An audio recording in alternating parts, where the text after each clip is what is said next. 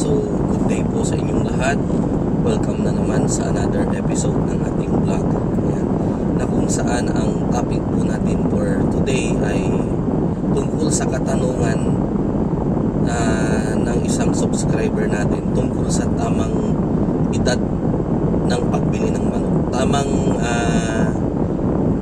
edad ng RTL kapag sila daw ay bibili. Ayan. So, okay lang daw ba yung 16 weeks or yung 18 weeks na kanilang bibili? So dahil sa katanungan na yan, bibigyan po natin ng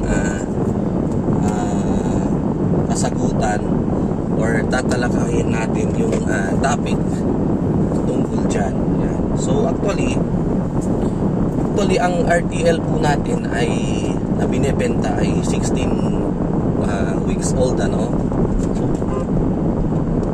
So 16 weeks old. So yan po yung kadalasang edad ng RTL na mabibili natin sa merkado, sa market. Kagaya sa akin, pag kayo ay bibili, yan po yung kadalasan na edad ng RTL. Ayan. Bakit nga ba 16 weeks yung edad? Kasi para po sa pinag-aralan po yan po yung tamang-tama na edad ng manok bago sila i-transfer sa battery cages. Yan po. So may kinalaman po yan sa paglalagay sa battery cages. Ayan. 16 weeks old. So bakit nga ba 16 weeks? Bakit hindi ba pwedeng gawing 18 weeks? Dahil kung napapansin naman natin, ang pag-itlog ng manok ay nagsisimula kapag siya ay 18 weeks old. Ayan. So halimbawa may alaga tayong 100 heads. Pag 18 weeks ng manok natin, kapag kondisyon, meron ng mangingitlog maski isa lang. Ayan, so kaya ganun yon. Ngayon, kaya nila inano ng 16 weeks kasi nga po, kapag naniniwala, may paniniwala yung mga doktor based na rin sa sa kanilang pag-aaral na yung manok kasi kapag tinransfer natin ng halimbawa 17 or 18 weeks na, meron na po kasing yung itlog na maliliit na namumuo dun sa loob ng kanilang katawan, dun sa katawan ng manok, so meron na po yung mga maliliit na itlog parang singlaki ng munggo. Di po ba kapag tayo ay kumatay ng native na manok, kapag kayo ay naka-experience na, di ba, meron yung pagkabukas nyo nung kanyang katawan, meron yung especially syempre sa babae, dahil babae lang naman yung nangitlog, so meron na po yung mga maraming maliliit na itlog na singlaki lang ng buto ng munggo, butil ng munggo. Minsan may mas malaki parang pollen, minsan naman pero may mas malaki parang piwi na yellow pa rin, wala pa siyang shell. So ganun po yun. Ang sinasabi kasi nila, kapag tayo ay nag-deliver ng manok sa ganung edad, may possibility na sila ay mabasagan. At kapag nabasagan yung ganung edad ng manok, hindi naman natin talaga makikita na may dinaramdam na pala siya, nabasagan na pala siya sa loob ng kanyang katawan.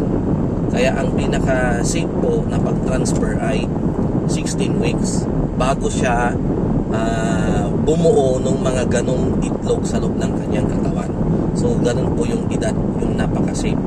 Subalit may mga risk taker, yan, so sasabihin nila na okay lang na i-deliver 18 weeks, bibili pa rin kami. Lalo na po kapag actually nagkakaroon lang naman ng 18 weeks old na RTL sa market kapag panahon ng tagtumal. Yung lalong-lalo na yung mga nag-grow ng RTL, hindi po nila mabenta yung kanilang pinalaking RTL, kaya inaabutan po sila ng 18 weeks, wala pa silang buyer. Minsan pa inaabutan ng 19, 20, 21, 22 weeks. So kaya po sila nagbebenta ng ganon. Yan. At and then ang pagbenta pa nga nila, minsan same price sa presyo ng 16 weeks, pero bihira po yung ganon na mangyari. Yan. So at least na-explain ko po na yung ganon, kailangang pagbibili kayo, risk taker kayo, di ba? Otherwise, syempre, kawawa naman kayo kapag nabasagan yan. Syempre, kalaunan, mamamatay yung manok. Ayan. So, ngayon naman, 16 weeks, ano po, sa amin naman po sa farm, share ko lang po yung ginagawa namin. As early as 12 weeks po, kapag ako po yung magpapaitlog ng RTL na yan sa farm, paitlogin ko yan sa farm, as early as 12 weeks old, tinatransfer ko na po sa battery cages. Ayan, ba't namin ginagawa yon? Unang-una po kasi yung growing house, syempre kapag gusto na namin gamitin, maglagay kami ng bagong sisiw, so kailangang alisin na namin yung RTL doon, lilinisan, then after 2 weeks ng rest period, pwede na ulit maglagay ng sisiw. So kapag naghahabol po kami ng growing house, ganun po yung aming ginagawa.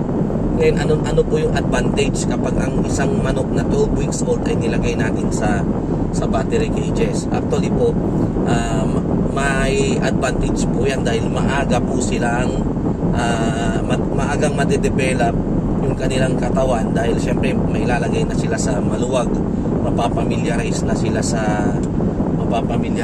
sa kanilang bagong bahay, kulungan. And then yung ano po, yung kanilang medyo masikip yung daan dito. So yun po, mapapamiliarize na sila, maagang develop. So yung RTL natin, mas maganda yung yung kondisyon ng kanyang katawan.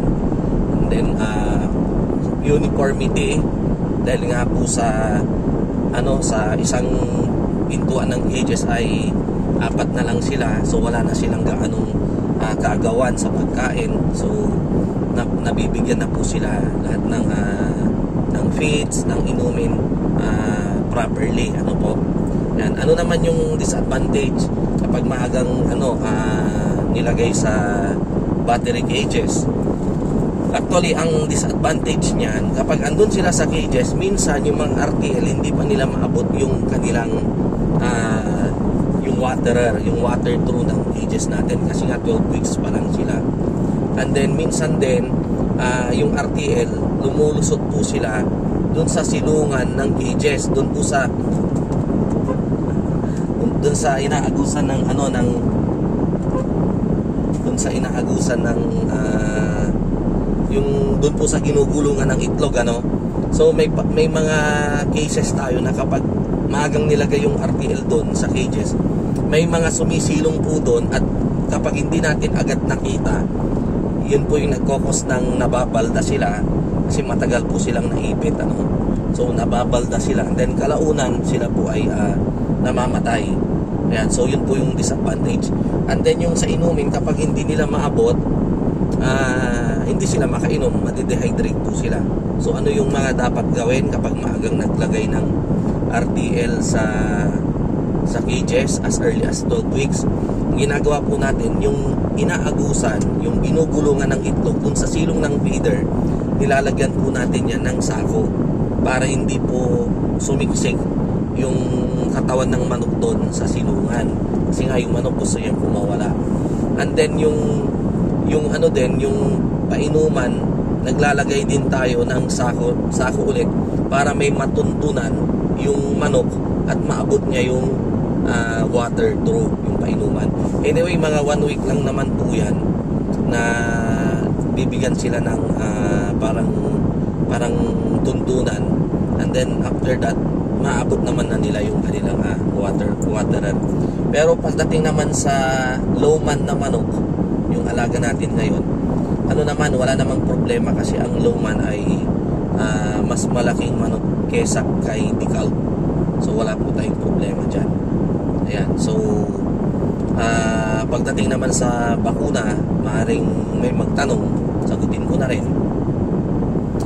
Mang Mags, paano yan? Maaga yung nilagay sa cages yung manok ninyo, paano yan? Hindi pa siya nabakunahan nung yung hindi pa kompleto ng bakuna. Anyway, yung pagbabakuna kasi, ang mga kailangan pang ibakuna dyan, more on pinapainom na. And then lastly, kapag sila ay 14 weeks old, ito po ay ating ini-inject sa dibdib. So ang nangyayari, kapag sila ay nasa cages na, doon na natin binabakunahan. Ilalabas sila ng cages and then babakunahan and then ibabalik po ulit. So mas maganda pa nga kung magbakuna ng manok na nasa cages kasi madali na pong manghuli. Unlike sa yung nakagala sila sa growing house, 10,000 as in sama-sama sila. So marami tayong pahirapan sa paghuli at marami tayong kailangang manpower. Halimbawa pag kami nagbabakuna hanggang 18 po, 16 to 18 na tao yung kinukuha natin para magbakuna ng mga manok natin, manok na 10,000. Ayan. So kapag nasa battery cages, kahit na 3 lang sila, 4, madali na lang manghuli. Ayan po. So sana nabigyan ko kayo ng idea tungkol sa topic po natin for today. At pasensya na po muna kayo kung puro ako po yung nakikita nyo sa video habang ako ay nagmamaneho, dahil yung editor natin ay may sakit at tambak din po siya ng trabaho sa barangay. Ayan. So ako po ay naghahanap naman na ng ibang editor siguro na talagang magpo-focus sa mga video natin, dahil by next year plano ko po na pa-edit lahat ng mga video naka-upload dito sa channel natin, and then i-base na lang siya sa for every title.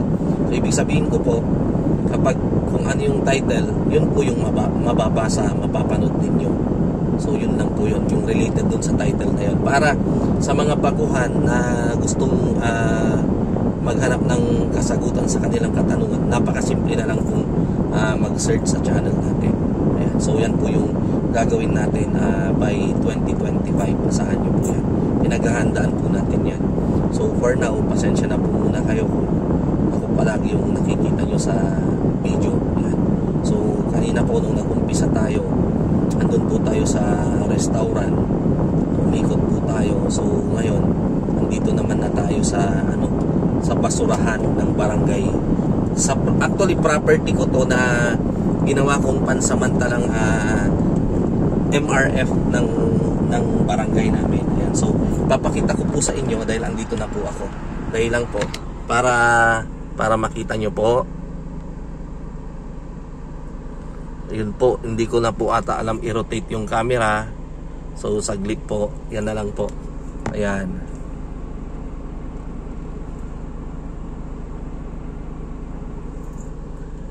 Ayan po. Ayan. So thank you po sa inyong panonood. Mabuhay po tayong lahat and God bless.